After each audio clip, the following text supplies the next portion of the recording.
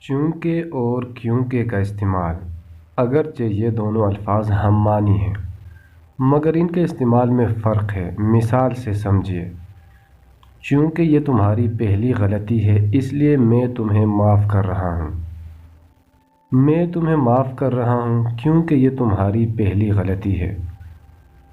اگر جملے میں سبب پہلے بیان ہو تو جملہ چونکہ سے شروع ہوگا۔ اگر سبب بعد میں بیان کیا گیا ہو تو کیونکہ استعمال ہوگا۔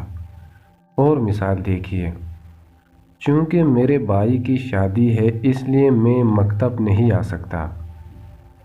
میں مکتب نہیں آ سکتا کیونکہ میرے بھائی کی شادی ہے۔ چونکہ جملے کے شروع میں آتا ہے اور کیونکہ ہمیشہ درمیان میں آتا ہے۔